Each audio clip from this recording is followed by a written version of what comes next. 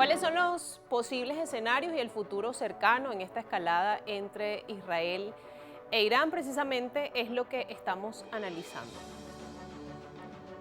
Escenarios que tal vez también pueden hacer parte de una especie de desvío de la guerra en la Franja de Gaza.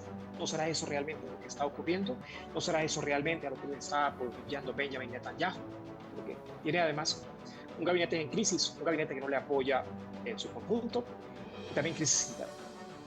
Netanyahu busca desviar la atención de Gaza y crear una crisis o escalar la guerra en Medio Oriente.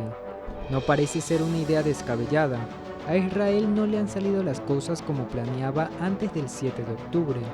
Los palestinos siguen en Gaza, eso sí, 34.000 muertos después y hacinados, la mayoría en Rafah, al sur, en 12 kilómetros cuadrados a expensas de una buena voluntad de Tel Aviv, para no ejecutar la operación terrestre que tendría en la línea del frente, del lado gazatí, a refugiados, mujeres, niños y ancianos que se han llevado la peor parte de la guerra, como en toda guerra. 6 veces ha sido postergada la incursión terrestre. Hace 2 semanas los soldados fueron retirados del sur.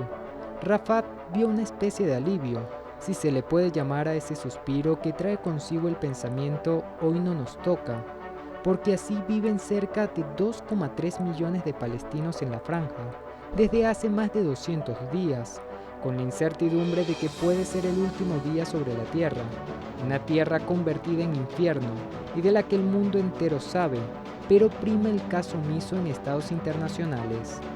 Tal vez desviar la atención de Gaza y encender la llama en otros países de la región pueda ser una estrategia del Premier. Una opción fue el ataque al consulado iraní en Damasco o las provocaciones a las milicias proiraníes en Siria, Irak y el Líbano, o el apoyo de los aliados occidentales en el Mar Rojo, el Arábigo y el Índico. Pero, ¿a quién le conviene extender la guerra para desviar la atención de más de 3.000 masacres, encendiendo la llama muy cerca de elementos de combustión? ¿A quién beneficia realmente esta escalada entre Irán e Israel? Muchos analistas apuntan que precisamente beneficia al primer ministro israelí, dada la situación interna que tiene en su gobierno. Ya lo escuchábamos en este material que ustedes acaban de ver. Y en este punto, Juan Carlos, pues lo propio que hay que hacer para intentar dilucidar posibles escenarios es entender a quién beneficia más. Y precisamente por ahí van los análisis, ¿no? En este punto, Israel inicia esta escalada que cambia completamente las reglas del juego entre ambos actores, que anteriormente, de alguna manera se perjudicaban, pero a través de terceros actores. Ahora esto ya es de forma directa. Entonces, vemos la situación de Benjamín Netanyahu, una situación complicada, una situación interna muy complicada, y también esta guerra en Gaza, que ya está por cumplir 7 meses, donde no se han logrado los objetivos previstos. Todavía hay israelíes secuestrados y Hamas sigue estando operativo. Y así como hay israelíes capturados, parte de la resistencia islámica de Palestina, jamás también siguen prácticamente los palestinos, los gazatíes, más bien confinados en cerca de 12 kilómetros cuadrados en el sur de la Franja de Gaza, en el campo de refugiados de Rafah, muy cerca incluso de la frontera con Egipto. Egipto, un actor sumamente importante acá, pero que no ha hecho mucho ni siquiera por respetar su frontera. ¿A quién beneficia? Yo coincido con muchos diferentes analistas, también coincido con esa postura de que beneficia a Benjamin Netanyahu, se beneficia incluso extendiendo la guerra en la Franja de Gaza, se beneficia haciendo otro frente de guerra o abriendo otro frente de guerra, porque no solamente tiene el frente de guerra abierto con el movimiento de resistencia libanesa Hezbollah en los territorios ocupados y en la frontera con Líbano, tiene, por supuesto, ya lo hemos visto a lo largo de esos casi 7 meses, el frente de guerra abierto con Hamas en la Franja de Gaza, también en el Mar Rojo, el frente de guerra abierto con los hutíes de Yemen. Y tiene también frente de guerra abierto con la resistencia en Siria y la resistencia en territorios siríes. Son los países del eje de la resistencia que apoyan en su conjunto a la República Islámica de Irán. Pero, dicho por el propio primer ministro de Israel, Benjamin Netanyahu, la guerra durará cuanto tenga que durar. Y todo esto nos permite generar engranajes. ¿Por qué?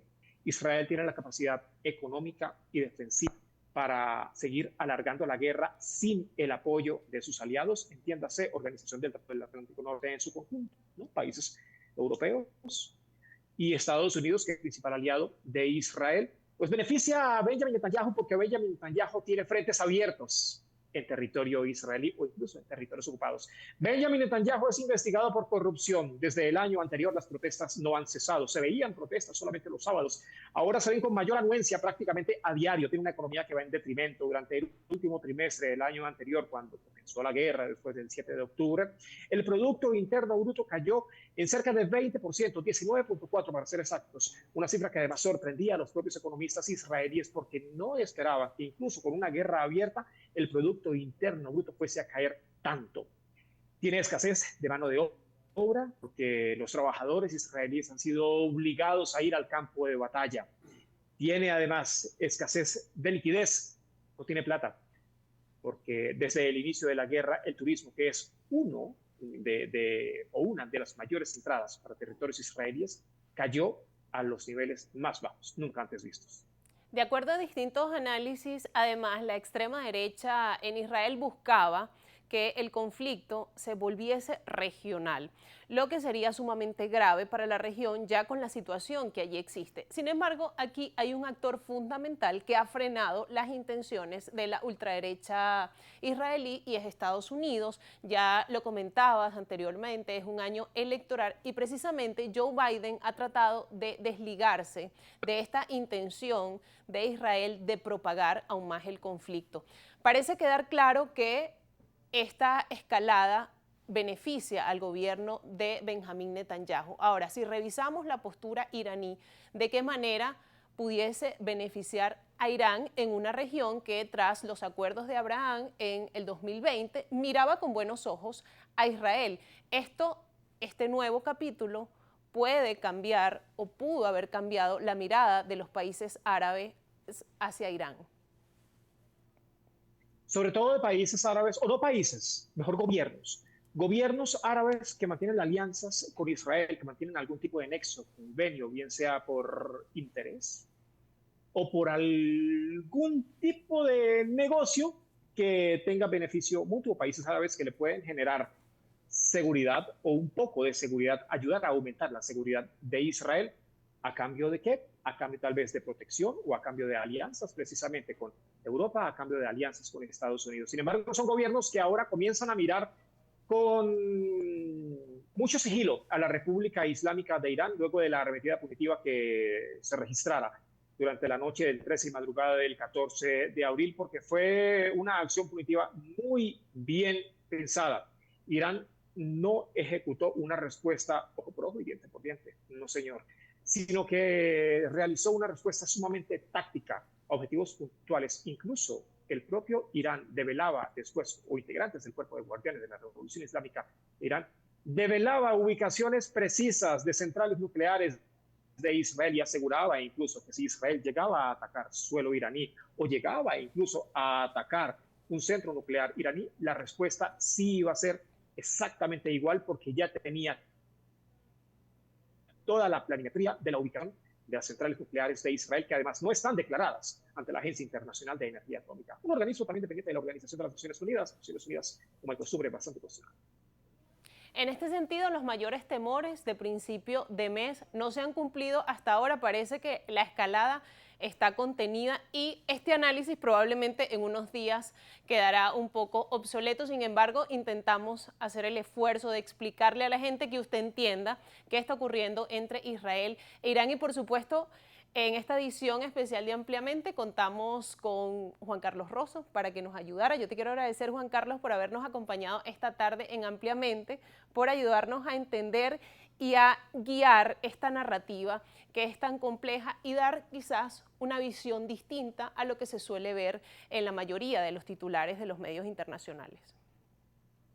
Ha sido un gusto porque una guerra o un nuevo escenario bélico en esta región del planeta acarrearía consecuencias para todo el mundo, inicialmente por los precios del petróleo y también por el transporte de carga marítima. Ciertamente así es, las consecuencias serían inimaginables y precisamente no es lo que queremos.